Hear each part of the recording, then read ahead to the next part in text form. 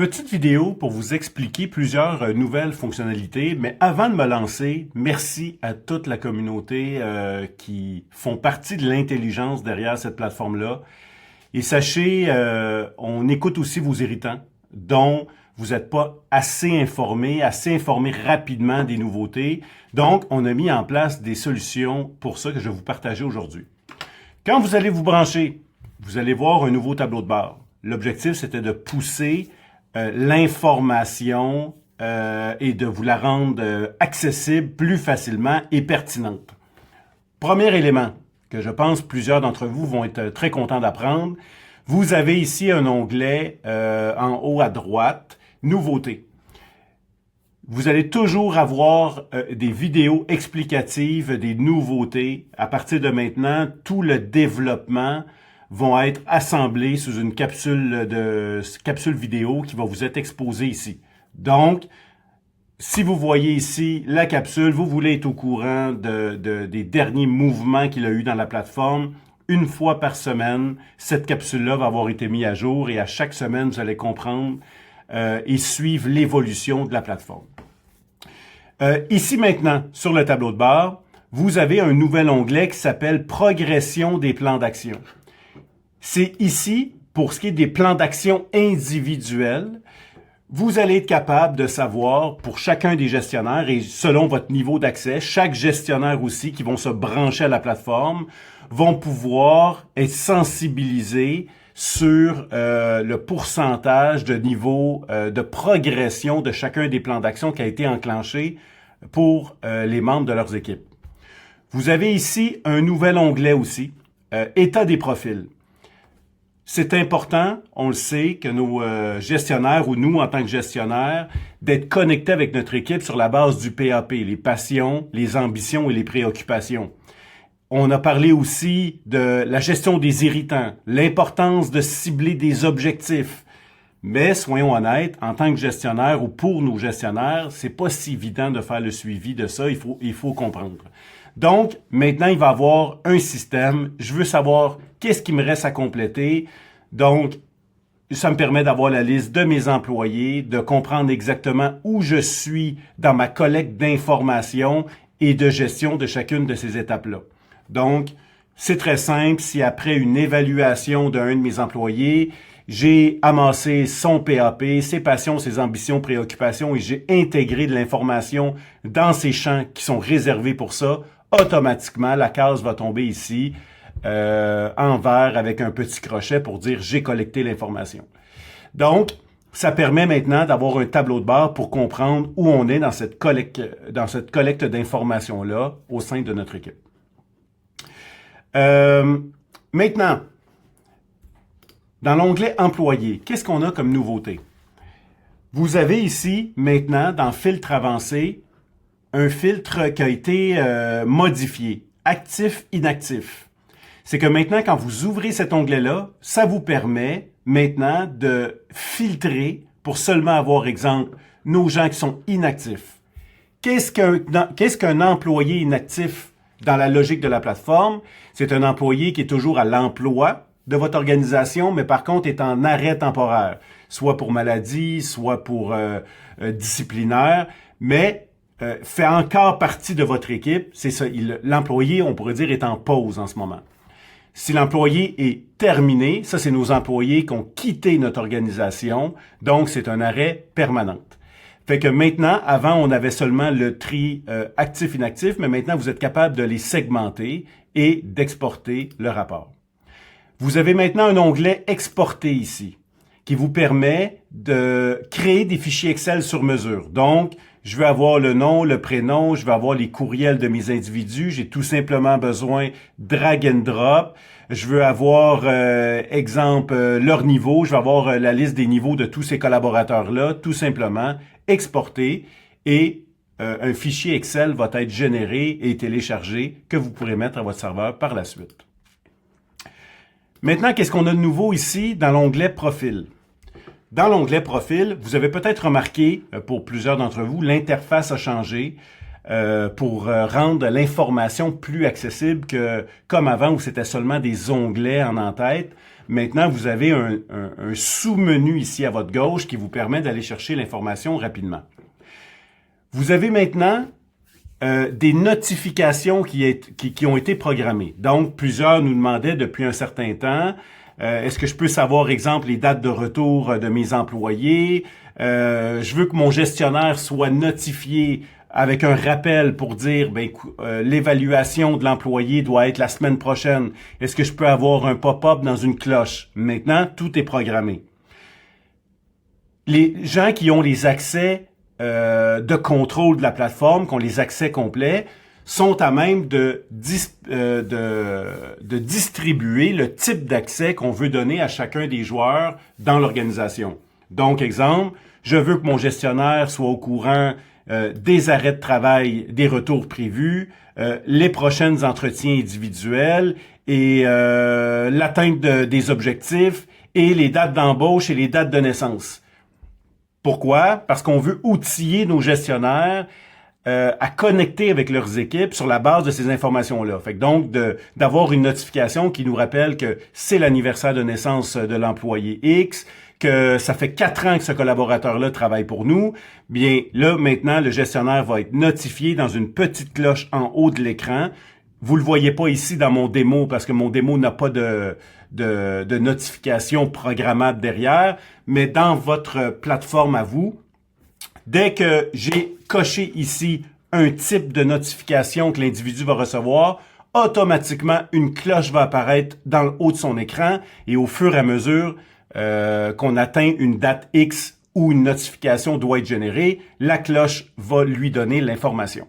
Donc, j'étais ici en passant dans Rôle dans l'entreprise. Donc, vous allez dans la page Rôle de l'entreprise, vous descendez en bas de la page, type de notification, et ça vous permet d'aller distribuer les types de notifications que vous voulez que l'individu reçoive. Fait que juste question que ce soit clair, vous allez ici dans la page Employé, ensuite, vous allez dans les 3 petits points, la page Profil, vous allez dans Rôle dans l'entreprise, et vous pouvez ici distribuer les types de notifications que vous voulez que l'individu reçoive. Maintenant, on continue dans cette section-là. Vous avez maintenant des cartes qui ont été créées pour faciliter l'information. Donc, si je clique sur une carte, vous voyez, j'ai ici, je m'excuse, j'ai dit sur une carte, mais sur le nom d'un individu, j'ai une carte qui vient d'ouvrir. Fait que donc, ici, j'ai Jean-François Allard, je clique sur son nom, je vois une carte qui ouvre. Cette carte-là, encore une fois, information pertinente, rapide, facile d'accès. Donc ici, juste en passant mon curseur, boum, c'est quoi les objectifs qui a été fixé à Jean-François? Je vois ses objectifs. Je veux savoir c'est quoi son PAP. Je veux savoir c'est quoi ses irritants. Je veux avoir accès à l'historique de ses entretiens. J'ai tout simplement besoin de cliquer ici et je vais me rendre directement sur l'historique de ses entretiens que je vais pouvoir consulter. Si l'individu a un plan individuel de développement individuel en cours, vous allez voir, il y a un petit signe play ici qui veut dire qu'il y a un plan individuel qui a été activé. Je clique ici, je vais avoir accès à son plan individuel.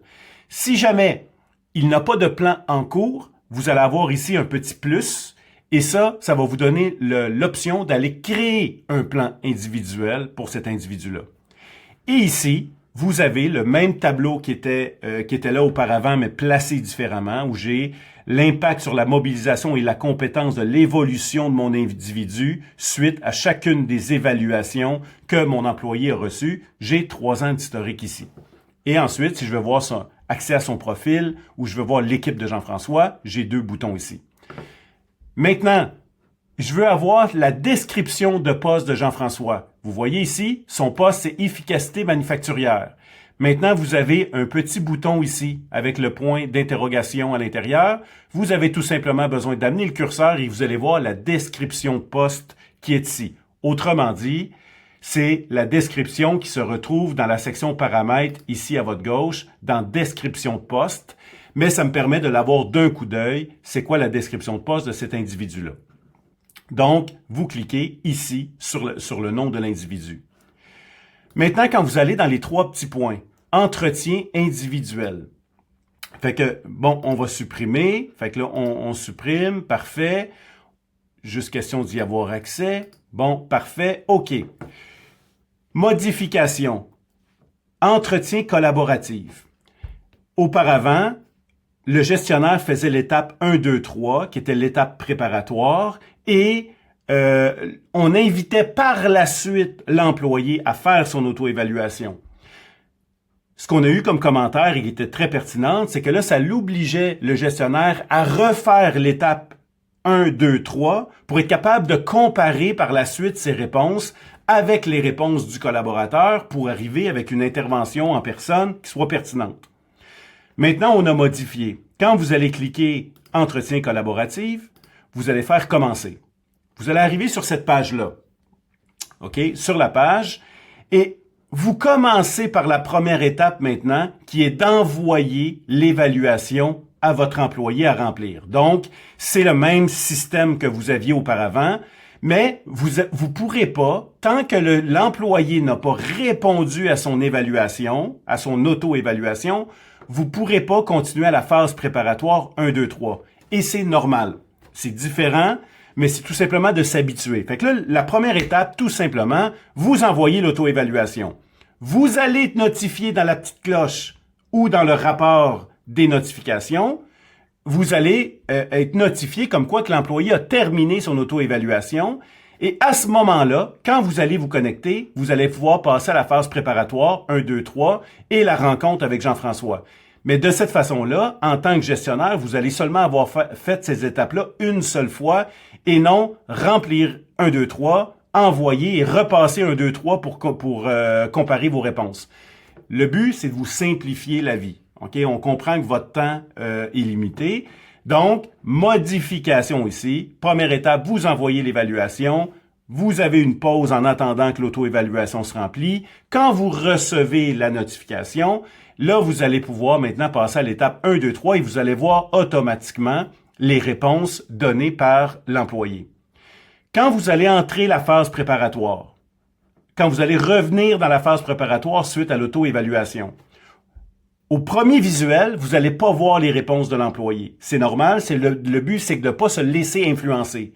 Mais vous allez voir, en bas de la page, quand vous allez avoir rempli vos réponses, vous allez avoir un bouton qui va ouvrir, qui va dire « Comparer vos réponses avec celles du collaborateur ». Quand vous allez cliquer, et là, tout de suite à l'écran, vous allez avoir une comparaison entre votre réponse et la réponse de l'employé et vous allez pouvoir mettre des notes. Et ça va être la même chose pour l'étape au niveau de la mobilisation et l'étape de l'évaluation au niveau de ses compétences techniques. Donc, ça, c'est une modification. Si jamais vous avez besoin d'informations pour vous rappeler c'est quoi le bateau, la logique derrière le bateau, vous avez maintenant accès à la capsule explicative de cette logique-là. Et ici, vous avez une capsule explicative aussi du cheminement de l'évaluation collaborative, un peu ce que je viens de vous expliquer, mais une version un peu plus détaillée. Vous avez une capsule d'information ici qui est montée justement pour clarifier l'expérience que vous allez vivre.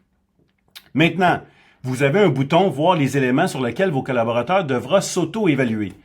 Parce qu'avant, comme gestionnaire, on envoyait la demande à l'employé, mais on voyait pas précisément, on savait pas précisément comment et quelles questions étaient envoyées à l'employé. Maintenant, vous avez une section qui est réservée et vous êtes capable de voir exactement les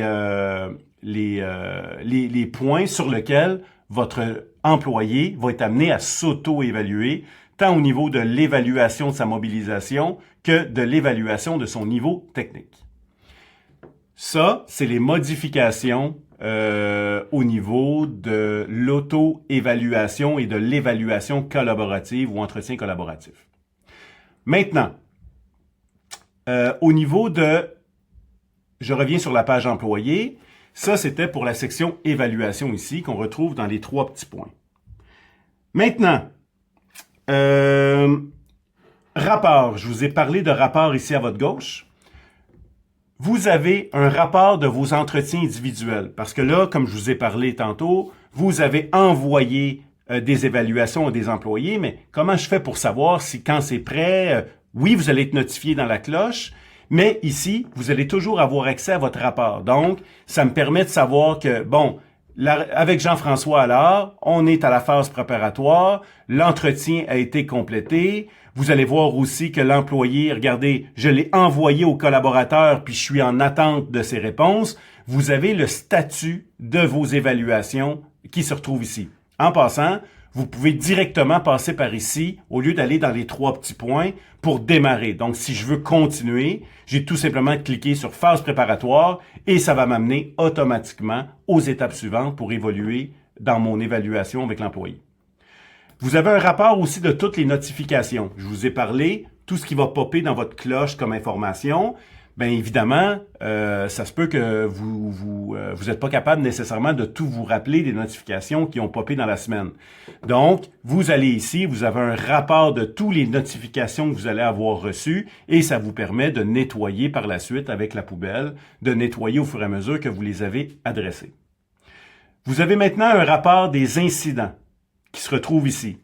Donc, rapport des incidents, on parle ici, si je l'ouvre dans les types, on parle d'absence, retard, avis disciplinaire, arrêt de travail. Donc, tout ce qui est lié au comportement de l'employé. Vous êtes capable d'extraire des rapports. Donc, vous allez avoir un rapport automatique de tous les incidents de vos employés qui se retrouvent ici. Vous êtes capable ensuite d'aller faire des tris, soit par date, soit par au niveau de l'emplacement, du type d'incident, etc. Et d'extraire un rapport Excel, exemple, tous les absences d'un employé, tous les avis disciplinaires, etc. Ça vous permet de faire un tri et d'extraire des rapports pour de l'information là-dessus. Maintenant, vous avez ici une section aide qui a été développée. Donc, tout ce qui sont des questions liées à comment utiliser la plateforme. Donc, comment je fais pour commencer à utiliser la plateforme? Comment je fais pour gérer? Et évidemment, tout dépendant de votre niveau d'accès, il se peut que ce n'est pas nécessairement toutes ces capsules-là qui sont importantes pour vous, mais comment je fais pour générer un plan d'action? Comment je fais pour modifier le profil? C'est quoi le tableau de bord? Comment je fais pour faire mes entretiens individuels? La gestion des accès. Donc, vous avez des capsules et évidemment, va se développer et évoluer avec le temps, mais vous avez une section aide qui est réservé pour vous ici. Dernière chose que je voulais vous montrer, c'est que dans la section outils, vous avez, comme avant, en passant, petite modification. Avant, c'était écrit, ici, la section s'appelait coût de recrutement et suggestion d'un client. Maintenant, on appelait ça coût de roulement, mais c'est le même outil qui nous permet de mesurer la valeur du recrutement des employés. Maintenant, dans organigramme, je termine là-dessus. La carte que je vous ai montrée un peu plus tôt dans la section employés, quand vous cliquez sur un employé, vous voyez cette section-là, vous avez aussi accès à la carte ici. Donc, dans l'analyse de votre organigramme, vous voulez pousser de l'information un peu plus loin, vous avez tout simplement besoin de cliquer sur l'individu et en cliquant sur l'individu, ben, la carte ici va se modifier et vous allez avoir la carte avec les détails d'informations pertinentes sur cet individu-là qui va apparaître à votre droite. Donc, capsule un peu plus longue, exceptionnellement, pour reprendre un peu de retard sur les détails qui s'est passé dans les dernières semaines et mois. Mais à partir de maintenant, au fur et à mesure qu'il va y avoir des modifications, vous allez avoir des capsules similaires qui vont être appliquées sur le tableau de bord dans la section en haut à droite. Et comme ça, ben, on va être capable de développer ensemble. Et comme d'habitude, on reste ouvert à vos suggestions. Vous le savez, c'est vous les utilisateurs et pour nous, c'est important de continuer de développer une plateforme qui vous outille et qui vous facilite vraiment la vie. Donc, la petite bulle ici à votre droite, vous avez sûrement remarqué, évidemment, c'est une bulle de support. Fait que n'importe quand vous avez des questions, gênez-vous pas, on est là en tant qu'équipe derrière cet outil-là qui est connecté avec nos téléphones. Donc, vous cliquez ici sur la petite bulle et vous nous posez, discutez avec nous, gênez-vous pas. Si vous avez des suggestions ou des questions, servez-vous de la bulle, elle est là pour vous supporter. Donc là-dessus, je vous souhaite une superbe journée.